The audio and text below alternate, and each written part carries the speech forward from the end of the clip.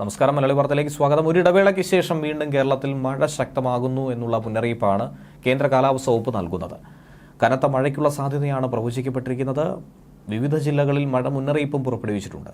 ഇനി വരുന്ന 3 മണിക്കൂറിൽ പത്തനംതിട്ട ജില്ലയിൽ ഒറ്റപ്പെട്ട ഇടങ്ങളിൽ ഇടിമിന്നലോട് കൂടിയ ശക്തമായ മഴയ്ക്കും മണിക്കൂറിൽ 40 കിലോമീറ്റർ വരെ വേഗതയിൽ വീശിയടിച്ചേക്കാവുന്ന ശക്തമായ കാറ്റിനും സാധ്യതയുണ്ട്.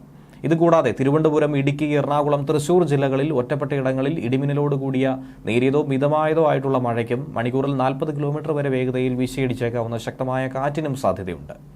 ആലപ്പുഴ, കോട്ടയം, പാലക്കാട്, കോഴിക്കോട്, വയനാട്, കണ്ണൂർ ജില്ലകളിൽ മിതമായ മഴയ്ക്കും മറ്റ് ജില്ലകളിൽ നേരിയ മഴയ്ക്കും സാധ്യതയുണ്ടെന്നാണ് കേന്ദ്ര കാലാവസ്ഥാ വകുപ്പിന്റെ പ്രവചനം.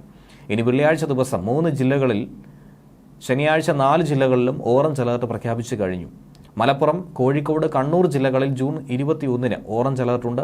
മലപ്പുറം, കോഴിക്കോട്, കണ്ണൂർ, കാസർഗോഡ് എന്നീ ജില്ലകളിലാണ് ജൂൺ 22-ന് ഓറഞ്ച് അലർട്ട് പ്രഖ്യാപിച്ചിരിക്കുന്നത്.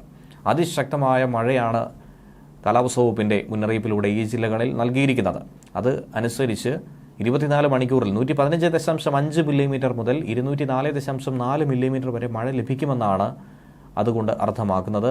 ഇന്ന് എറണാകുളം, കണ്ണൂർ, കാസർഗോഡ് ജില്ലകളിൽ യെല്ലോ അലർട്ടുണ്ട്. തിരുവനന്തപുരം, കൊല്ലം, ആലപ്പുഴ, എറണാകുളം, കോഴിക്കോട്, കണ്ണൂർ ജില്ലകളിൽ മറ്റന്നാളും യെല്ലോ അലർട്ട് പ്രഖ്യാപിച്ചിട്ടുണ്ട്.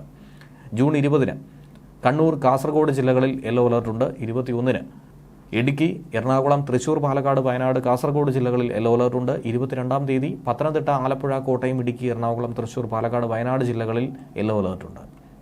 ഒറ്റപ്പെട്ട ശക്തമായ മഴയ്ക്കുള്ള സാധ്യതയാണ് നിലവിൽ പ്രവചിക്കപ്പെട്ടിരിക്കുന്നത്. ഈ പ്രദേശങ്ങളിൽ വിവിധ തീരങ്ങളിൽ കടലാക്രമണം കൂടി ശക്തമാകാൻ സാധ്യതയുള്ളതുകൊണ്ട് അപകട മേഖലകളിൽ താമസിക്കുന്നവർ ജാഗ്രത പാലിക്കേണ്ടതുണ്ട്. ആവശ്യമായ ഘട്ടത്തിൽ മാറി താമസിക്കുക.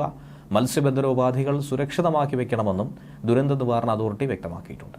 ന്യൂസ് ഡെസ്ക് മലയാളി വാർത്ത.